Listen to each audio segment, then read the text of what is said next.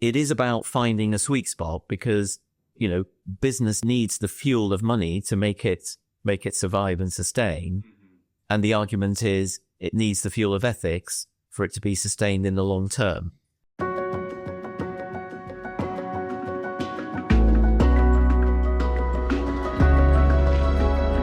Welcome back to The Responsible Edge, the podcast exploring how to balance profit with purpose in an increasingly complex world. I'm Charlie Martin, your host and founder of TrueMark. And before we get into this week's episode, I'd just like to say a big thank you to Easy Fares, our studio host for the day, and to the fantastic George, Helen, and Callum for helping me with the setup.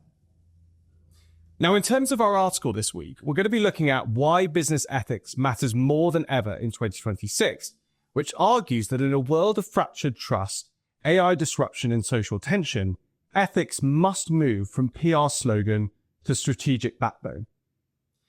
And I'm absolutely thrilled to say that my guest today to unpack all of this is Pablo Lloyd, OBE, strategic advisor, founder of The Ethical Advantage, and author of the Financial Times Guide to Business Ethics, and a long-time champion of values-based leadership as competitive edge. Pablo, it's absolutely fantastic to have you on the show again. Thank you for giving up some of your time. Thank you, Charles. Delighted to be here. Now, we have recorded a podcast together before, but online, so it's obviously a great joy to be doing a podcast in person. Now, for those listeners and viewers who are immediately jumping over to LinkedIn to check you out and try and understand a bit more about your background and experience, can you just give us a little bit more kind of meat on the bone around the book and what your work has looked like over the course of the last, couple of years? Okay. Well, the book has taken about 3 years. It was an idea actually 7 years ago, which we might, if you want to go into that, we can do that. But the real heart was 3 years ago, and I was doing a full-time role at the time actually, and so it started out sort of in the margins. And my wife is a social scientist, Kathy, and I had this idea, and she said, "Yeah, okay, well that sounds cool." And I showed her a couple of chapters, and she said, "Do you know anybody else who've got views on this? Because this is fine, but this is just your view." And that just set off a whole train of events where I've got a great network. I'm fortunate to know a lot of business leaders. And I reached out and started asking people, can I come and talk to you about ethics? Get your view. I'm writing a book and so on.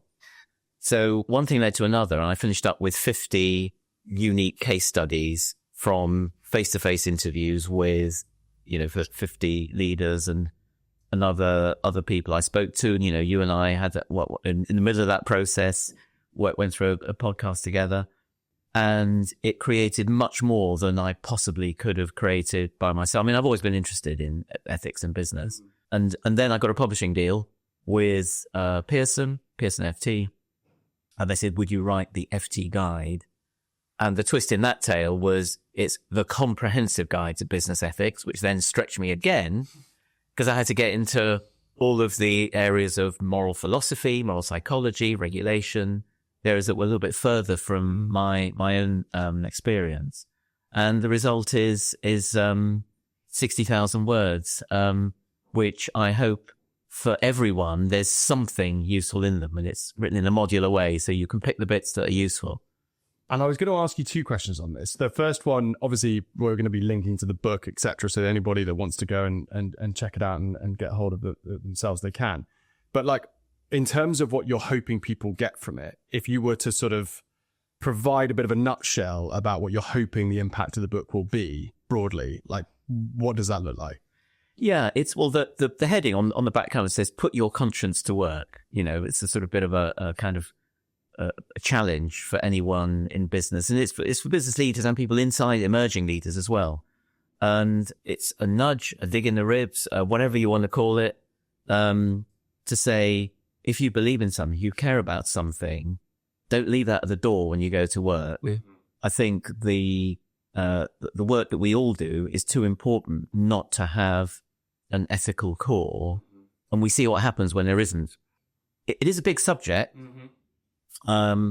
And if you want to go into the roots of business, the roots of philosophy, the roots of psychology, you can pick out those chapters. If you want to jump straight into, well, look, I'm a leader in a business. I'm busy.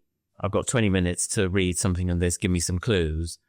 There's a whole section on leadership and a toolkit. So the punchline for busy people are the toolkits, which say, here's the evidence, here are the case studies which back that up, and here's how you apply it. So it's, I hope, something for everyone. But the real target is leaders who want to make more of a difference. I want to bring more of what's inside their conscience into their work. And the core message is that's good for business. Like, how do you broadly reconcile the kind of stress of leadership with that thirst for participating in leadership from an ethical standpoint? Like, are those two things at odds, or do they ultimately go hand in hand? Because I suppose my reflection is, have people got the bandwidth to worry about the ethical nature of how they're leading when they're so stressed out with everything else anyway? It's another rock in the rucksack. Yeah. No, yeah. And I hear that a lot. Look, I've been a CEO for the best part of 20 years, and I know that feeling. You know, it's like you hear it from F1 drivers, above a certain speed, the world is coming at you, you're not going towards it. And it's that's how most kind of leadership roles feel. It's intense. I suppose my personal experience and some of what I've heard in some of those case studies is that this is actually a tool to help the stress become bearable. It's not, you've got to find another, 3 hours in your 70-hour week to do ethics. That's not what this says. That's not the message at all. It's got to be actually ingrained in everything you do.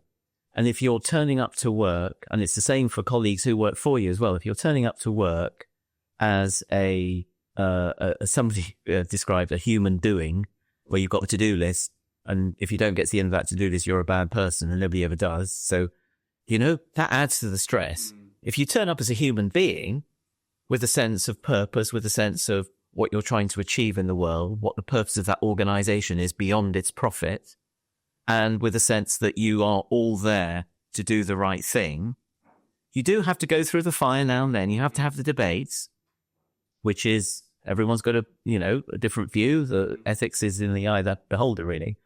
So yes, you've got to take that on, but the fulfillment from that is the thing that fuels your ability to think, well, what I'm doing is worthwhile. I'm going in, the alarm goes off at 6 a.m. and I'm going to do my bit to move the dial on the good of the world, not just, deliver a profit and a dividend and a target. It makes it meaningful. So and with that was brilliantly described. And with that, is there that sense that by becoming more purposeful in the way that we work and becoming therefore, the ethical element aligning with that, that builds a fortitude and a resilience to basically be able to overcome the difficulties that are going to come as being a leader, because you ultimately are working on something that fulfills you to a greater extent than just focusing on those standard sort of commercial metrics. Indeed, it is a sense of purpose. And I would say, and there's a practical thing as well, because it also helps cut through, by which I mean, when you're facing a dilemma, a challenging decision, if you're looking at that from the lens of the financial costs and benefits and risks, classic business case, and you are also looking at it from the point of view of, yes, but what's the right thing to do? And there's a toolkit there to help in that decision making.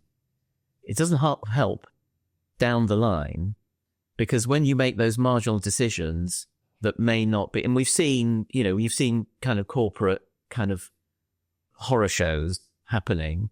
We're seeing a lot about the post office scandal from 20 plus years ago now.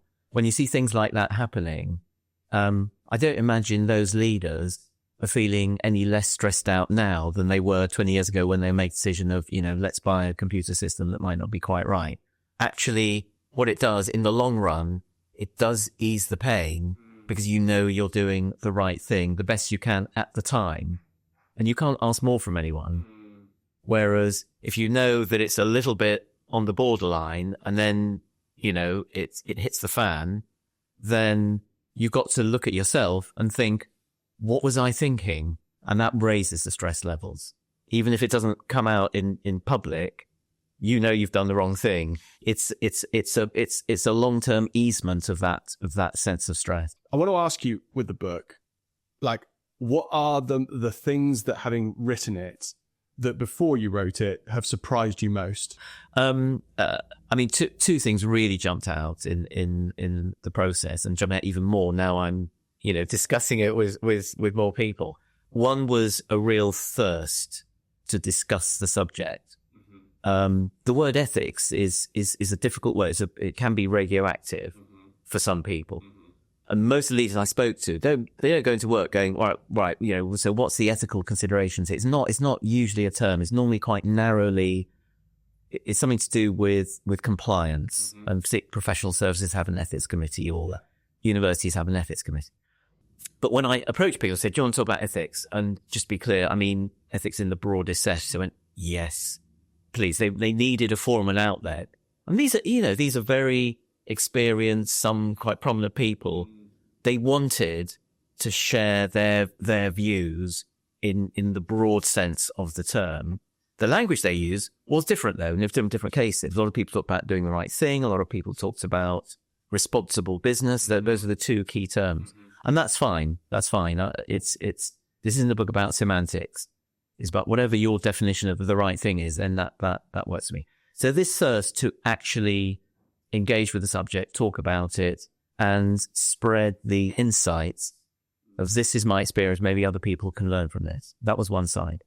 The other thing, and this really jumped out, was, and partly came out of when I started reading other books on the subject, a lot of them are focused on corruption and compliance. Right. How to stay out of trouble. Yeah. There are lots of books on that. Yeah. And also how to get out of trouble when you got into it. Okay. Yeah.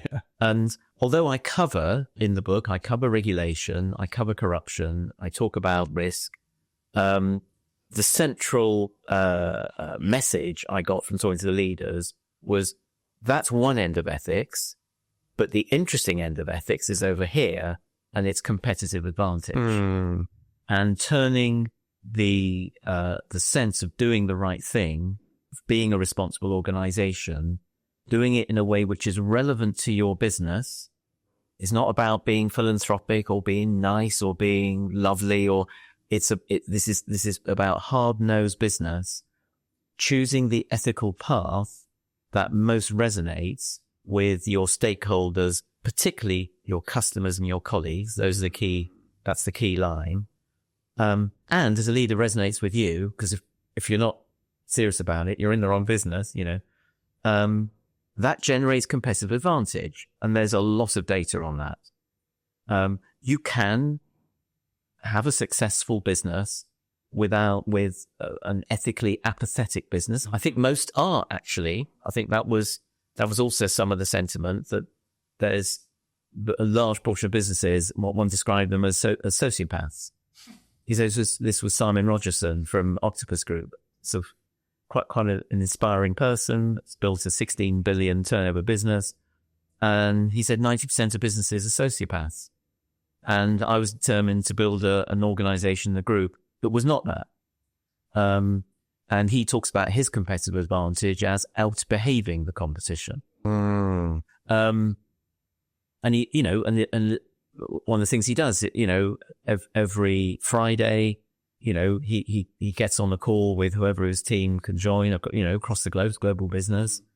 And his prime purpose is to relay the stories of autonomous ethical choices made by colleagues in the business around the world, to say, this is what we want. There's not a rule book to say here's right and wrong. I mean, there'll be some policy, but it's doing this, so that's that sense of ethics as a driver of how the business operates, and bringing it to the level where it's equal ranking with all the economic drivers, the targets, the sales, the pipeline, all of those things, efficiencies and so on. When you get an equal ranking, then the competitive advantage kicks in. What other kind of key practices, like strategies, etc., have the most sort of competitively advantageous businesses that you've spoken to adopted when it comes to ethics? There's which ones to choose? Do you know, I'm going to pick, wasn't somebody I interviewed, it was a personal experience and probably got me on this road. So I'm going back, so this is 1996. And I'd worked in financial services for quite a while. I'd started my career there and I found my way into retail banking, which was an interesting place to work. And I, learned a lot there. And I was working at Nationwide Building Society and working for my long-term mentor, who was one of the directors there. And it was at the time when building societies were one by one converting into banks. Right. And there were changes in regulations, which meant it would give them more freedom. They could take more risks. They would become listed companies. They would go on, be listed on the stock exchange. They would no longer be owned by their savers, which is what, from the cooperative movement, historically, building societies had been. If you just fast forward 30 years, on the TV right now, there are ads for Nationwide Building Society, the ones with Dominic West. Yeah. And it's them poking fun at, quote, any bank. Yeah. Because they're entitled, greedy, thoughtless. I don't know. I mean, whatever you take that. They're very clever ads. They're playful. So when I watch those, aside from being, I think, a clever marketing device, it reminds me that this isn't just something that's, their kind of marketing team come and say, well, let's do this. This goes right back into the roots of the organization. And the moment when I was there in the room with the chief exec, there were 50 of us. I was a manager at the time. And he came in to talk to us and he said, look, we've been looking at this privatization thing. Abbey National had converted. Northern Rock was about to convert as well. Halifax. Anyway, they were all the competitors were going. And he's, look, we've had to think about this. And he said, I've got a question for us is what are we really about? Today, we'd call that to do with purpose. And then it was kind of normal language. And he said, we're not here to make money. We are here to provide peace of mind to our customers. That's what we're here to do. And we were all kind of scratching our heads a bit, thinking, yeah, but all our targets are, I don't know, how does this work? And he said, if we're here to provide peace of mind, converting to a bank doesn't cut it for me, because how does that help us provide peace of mind? We've got savers, we've got mortgage holders. It's a model that's worked for decades and decades, part of the cooperative movement. They're loyal to us because, part of the point is they can vote every year. They decide whether I stay as chief exec and all of that. And he said, that's peace of mind for me. So, and we had a bit of a debate. He said, look, we're taking this into the board. And they had a fight on their hands because there were a lot of people joining Building Society deliberately to extract their £1,000 sort of, they're called carpetbaggers. Right. They weren't real customers. They were just piling in saying, this one's going to convert and I'll get £1,000 out of it. And they put pressure back on. Anyway, so there was a vote and they just won. The board took this stance. They stayed mutual. They stayed owned by their savers. And of course, what happened afterwards was the global financial crash, which was 12 years later. And I was in education by then, but I watched this happening. I remember what's going on. Nationwide Building Society barely touched by that because they had a kind of solid, effective model. So their journey from that moment where they set their course against what the competitors were doing, which was a principled position on what we would now call having a very clear sense of purpose, which wasn't about profit, it was beyond profit. And now, they've doubled their market share. They've been untouched pretty much by the global financial crash. They've got now 16 million savers, not 8 million, which is the part of the portfolio I was responsible for at the time. I still bank with them. And I know why I bank with them. And there are people who do. They don't all know that story. Anyway, so that was a way of saying one aspect of this, answering your question. It's knowing what the purpose is, but then translating that into what does that mean in practice for our decision making is one of the insights which was done at the time, and now many others have followed. Can you give me any examples of where organizations have made an ethical choice that's ultimately not worked? There's, I can talk about risks that organizations have taken. And, because of the nature of the book, people were kind of flooding forward to say, here's something that I messed up. I suppose, one example I would take, there's the poster child for ethical business is probably Patagonia clothing. Yeah. If you know Patagonia clothing, they're all out for environmental standards, and have recently turned over all of their profits to environmental projects, a phenomenal organization.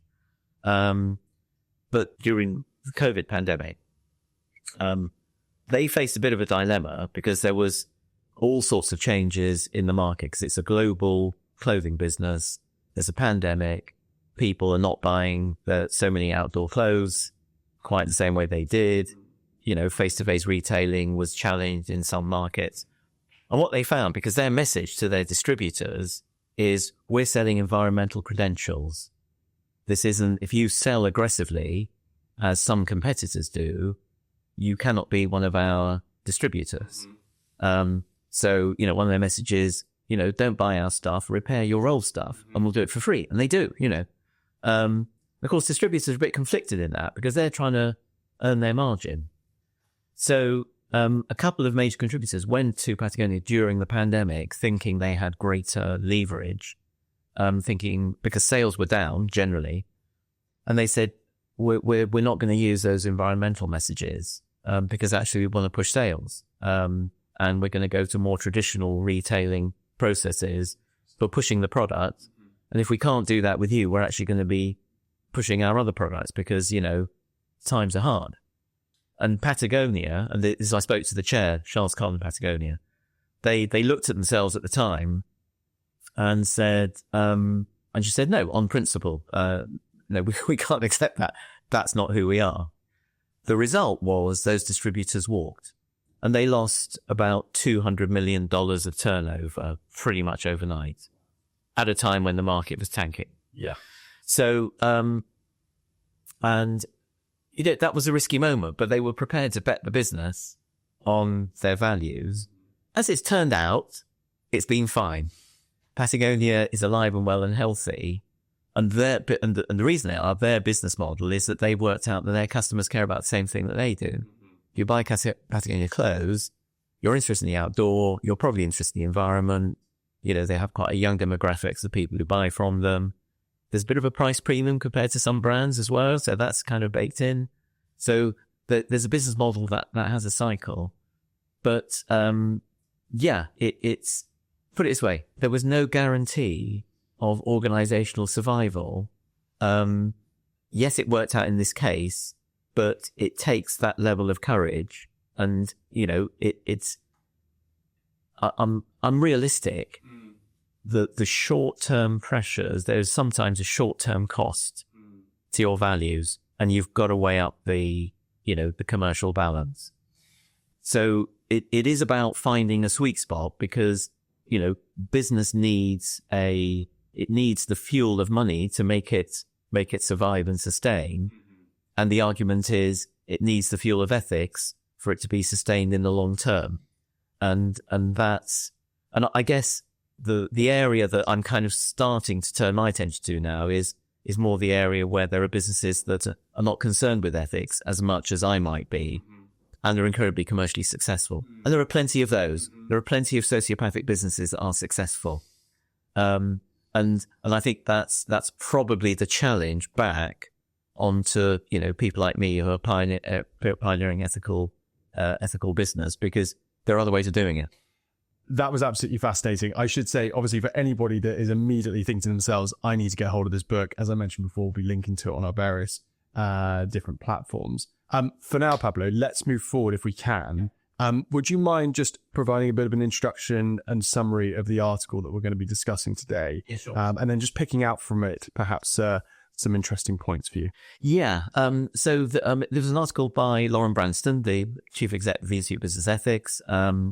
And it was an article about why is ethics important today? And we kind of touched on it a little bit.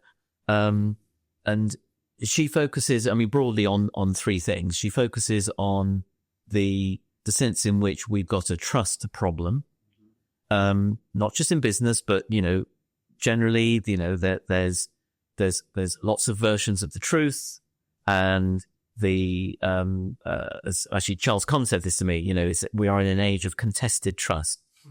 And the indicators, and the Institute of Business Ethics itself does some research on this. There are others like the Edelman Trust Barometer. Trust is falling. Trust in business and, all leaders of, politics and non-government organizations and so on, but trust in leaders, which are normally at the higher end of those, by the way. So she treats it, business leaders have got some reputation, goodwill in the tank still, but it's falling. And, one of the data points is that 2/3 of people believe that business leaders purposely mislead. 2/3 of people, it's general public. This is that was a global research. So there's that bit that, and we've got to understand, business doesn't work without trust. It really doesn't. So when that starts falling, that's a wake up call. The other thing she flags up is the disruptive effect of artificial intelligence, which obviously interplays with that because that starts creating another type of intelligence around us. And sometimes we trust it, sometimes we're disappointed, and then we're looking for someone to blame if it's wrong. So dealing with that, and it's a different kind of technology because it's such an easily available technology. So this isn't the kind of first industrial revolution where you had to have capital to invest in new technology. This is where we are now, the fourth or fifth industrial revolution, where it's in everybody's hands. So that's a real challenge for all organizations. And I think that the other thing she flags the business case we talked about for ethical business, and some of the work that the institutes have done in creating a framework, a very broadly based framework to help businesses navigate that. So they look at the broad sweep of all aspects of their organization to say, where are we stronger, where are we weak, and how can we improve? Which is, and that's where, if we're trying to apply ethics, and so that, we need help, we need frameworks like that. And the Institute's one of those places. I think because of the nature of our work and obviously focus on standards of communication and trust in communication, I want to pick up on the first point as a starting place. So when you look at where we've got to with, the advent of fake news, of my truth, of all of these kind of modern phenomenons, if you like, that's kind of, essentially eroded our understanding of what's an objectifiable fact and truth that we can all sort of understand and appreciate. What impact does that have specifically, that atmosphere? What does that have on our understanding of ethics? Does that have an influence? It does, because it comes down to one of the kind of basic principles of ethics is, and what I describe as integrity in the book as one of 4 basic principles. And the in my definition, honesty and pursuit of truth is sort of basic to that. And the part of the contestability of trust is that a lot of truths are contestable.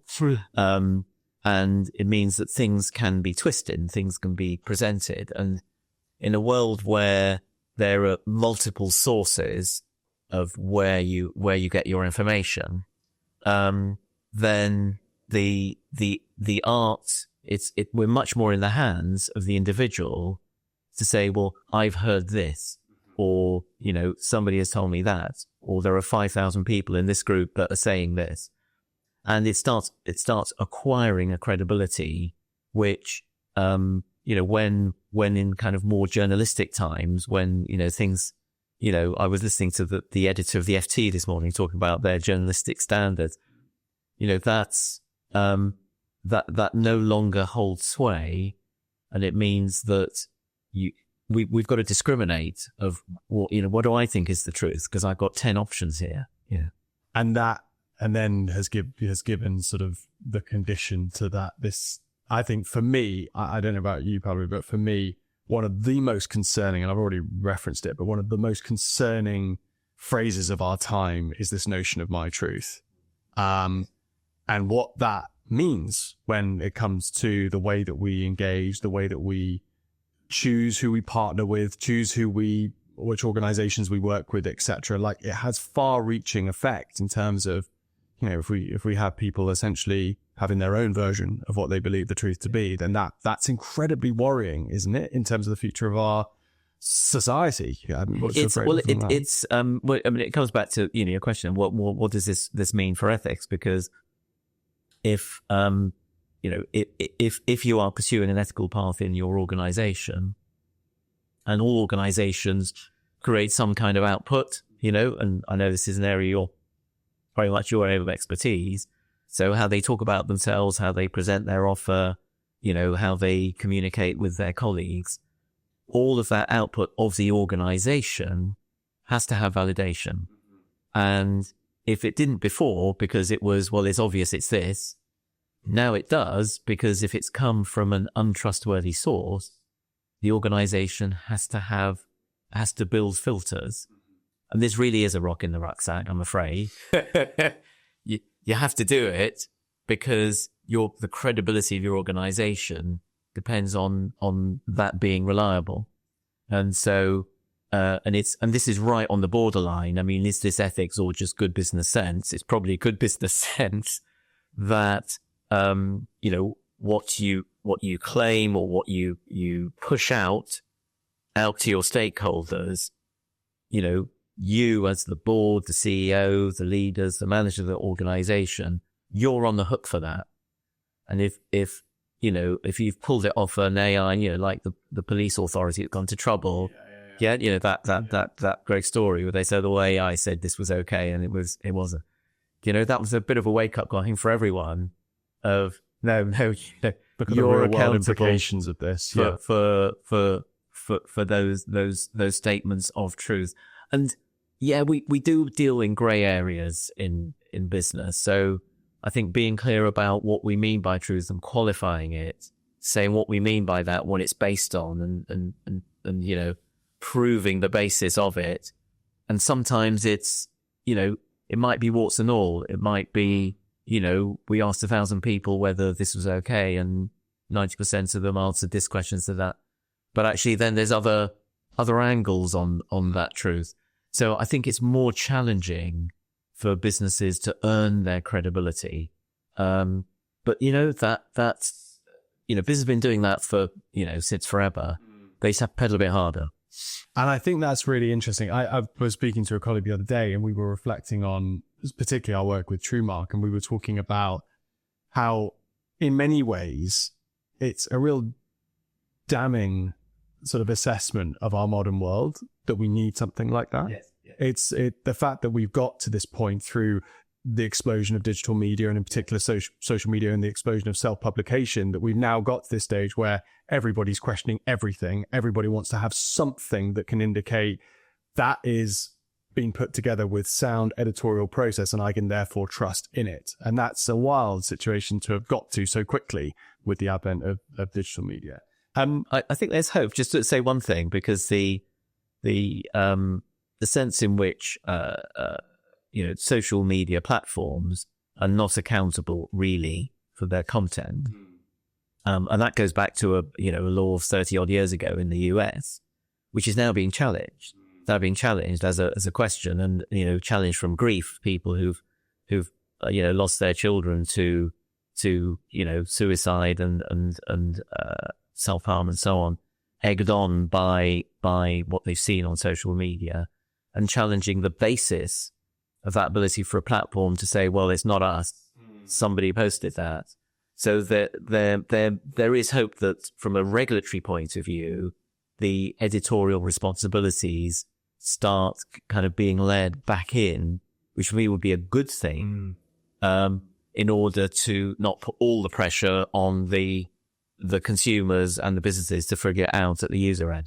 And do you think, this is getting very specific on this, but that idea, or that development. Do you think that would possibly lead us to a point where these social media platforms would require some sort of verification of the individual accounts on these platforms, which would then lead to a greater accountability in what people are actually saying, and then is going to ultimately improve the quality of the content, or certainly remove the more abusive, detrimental content that we see on platforms? Is that how this might play out?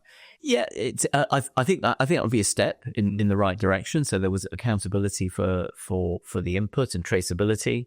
But it comes back to, I think it was Google that when they started out was they had a principle of do no harm, or words to that effect. And I think it's back to that is the things that you're doing are causing harm, even if that's 2 or 3 steps along the chain.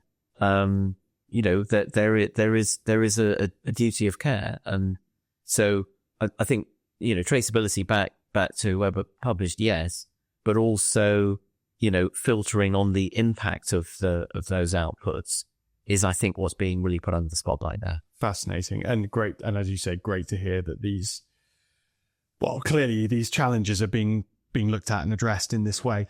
What did you make of, you mentioned Patagonia and obviously speaking to them, what did you make of their progress report and their, I think it was it page 4 that stated nothing we do is sustainable? Yeah. From our perspective, we looked at that and we thought that is a masterclass in sustainability communications. It is the poster child of corporate sustainability, acknowledging that nothing that they do is ultimately sustainable and providing that context for them to talk about what they're doing to try and address the areas where their business could improve. What did you think about it? Yeah, no, it's jaw-dropping, isn't it? That an organization that can have the confidence as we've said, as a kind of an organization that is looked up to as the pinnacle of a kind of sustainable practice, saying, and we're not that. We might be nearer than others, and I think it's a there's another kind of truth that sort of it raises for me, which is because I think people see ethical questions on at the outset in a binary way. Mm-hmm. That's ethical. That's not ethical. Yes. Yeah. And that's another thing I learned, which is that's not a helpful way of thinking about it, because that leads you to extremist positions. Yes. And you start getting a bit shouty. That's not ethical. No, it is ethical. It's nothing happens. Yeah. The ethics is more like quality in the business sense. It's more like it's about questioning, learning, improving. And I think this is the Patagonia message: is we are making a smaller footprint negatively on the planet today than we were yesterday, and we'll try even harder tomorrow.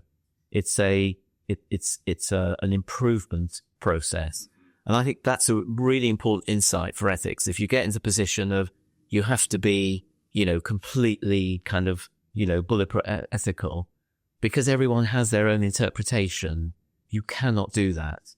And it's that sounds like it's down the right track.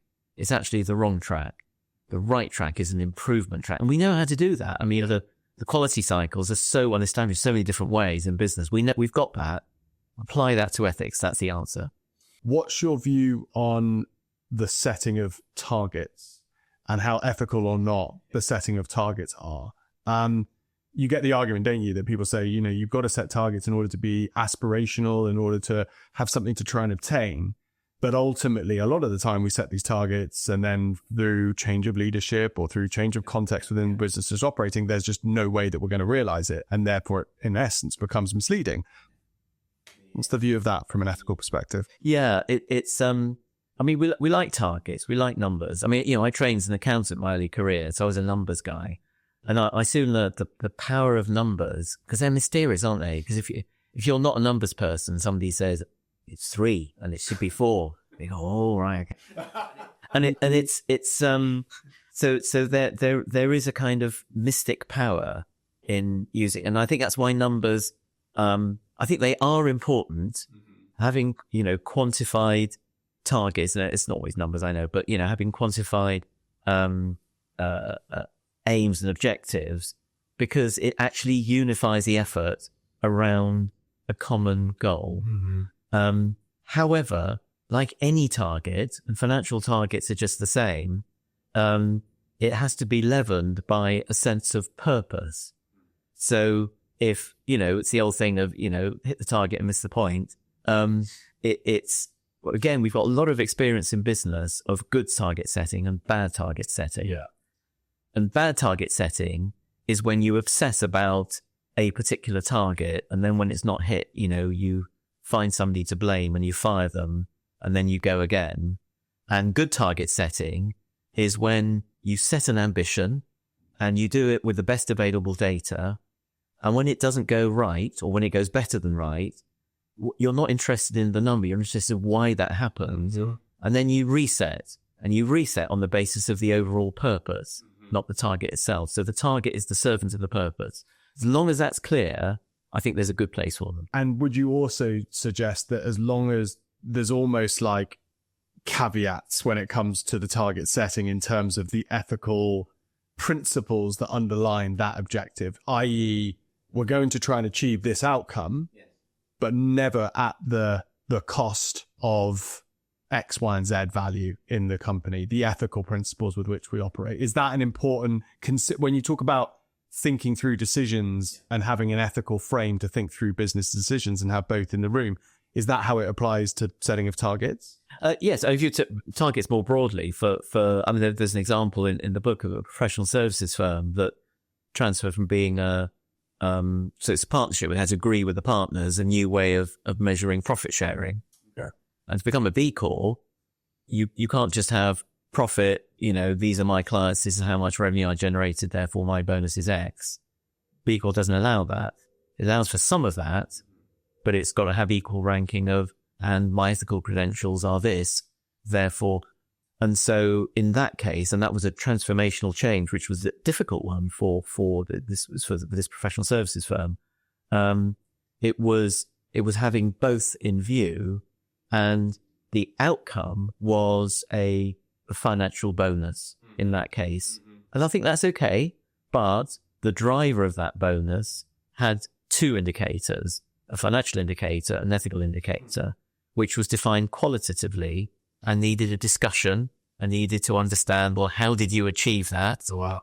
And, how did you behave towards your colleagues while you were getting to that phenomenal achievement of, all of those things. And so it is subtle, because I don't think there's a formula for that. Right. And, another business in there was a recruitment agency that chooses not to pay commission to its frontline recruiters. That's really unusual recruitment, because normally it's, bums on seats, they're in, I've earned a 15% thing and I get 1% of that. Yeah. And they said, well, no, we're not going to do that, because that creates people working in silos, creates internal competition. That's my client, not yours. Yeah. Whereas they took that away completely and said, okay, well, we'll pay probably a little bit more, and you work here for a salary, like a lot of organizations work. And the measure of success is whether you're doing a good job or not. And if you're doing a good job, you get to stay here. And if you're not, then, we have to have that conversation. But it's not just about, putting somebody with a pulse in a job that turns out not to be the right person 6 months later. And it changed the service ethos of the organization. It's been a theme throughout this whole conversation, actually, how essentially there's real opportunity in the way in which we think about ethics within our business to come up with points of difference and points of competitive edge and competitive advantage. And I think that's coming through loud and clear in this. I'm sure for anybody listening in thinking, how am I going to incorporate kind of ethical principles into the way that I run things, will definitely be inspired by this. Pablo, I'm going to finish now. Now, you've already had a magic wand from our previous show, but it was such a good one that I'm going to hand it to you again. If I was to hand you a magic wand, Pablo, and you could change one thing about the commercial world this instant, what would that one thing be? I came up with a mad one, actually, last, I think. Anyway, so aside from the magic wand of everyone reads my book and applies it. Indeed. Ethics and business.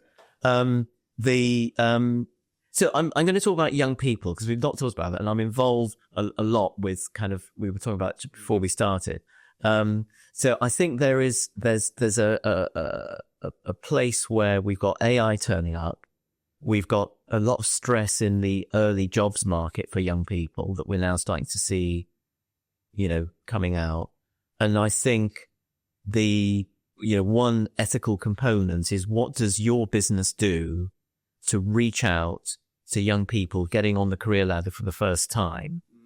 And I think my magic wand would be create a space to give opportunities to people with no experience, because we were all there once, and we've got to let the ladder down. And when times are hard, when AI is replacing jobs, when the future's uncertain, it's easy to cut from the bottom. And I think that's the wrong place. So reach out, let young people into your organization, give them a chance. And there are lots of ways of doing that. And I think that would be my magic wand. You did provide me with I thought was a brilliant practical solution to this when we spoke beforehand, regarding just having a number of roles as organizations that are no experience roles, i.e. roles that you can only apply for if you have no experience. Yeah. I mean, that's such an elegant and beautifully simple solution to... And I must give credit to Shelley Atwill for that. So that was not my idea. It's a colleague I'm working with an amazing organization called Unlock. She came up with that idea yesterday in the room with a group of business leaders of the job code for zero experience, and only people with zero experience can apply. Magic. And do you think, just playing through the implications of, let's call that an ethical decision that an organization might make to adopt something, that nature. Putting getting your magic ball out and thinking about what the implications of that might be. Like, how could you see that influencing a positive commercial outcome and competitive edge, if an organization was to make a decision like that? Yeah. Well, I can see two things in that. One is because everything you do as a leader, everyone's watching you, aren't they?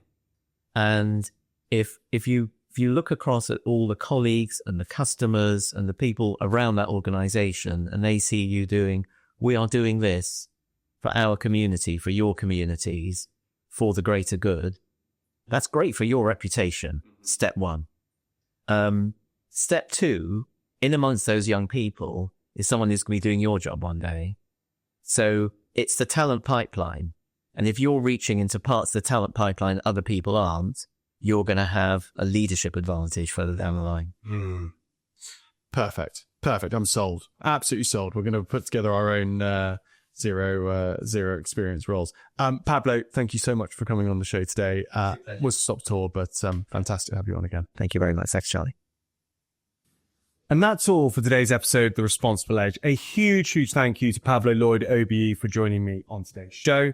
As a reminder, this episode was brought to you by TrueMark, the mark of trusted communications. Visit truemark.com to learn more. I'm Charlie Martin. Thanks for listening. And don't forget to subscribe, share, and leave us a review. See you next time.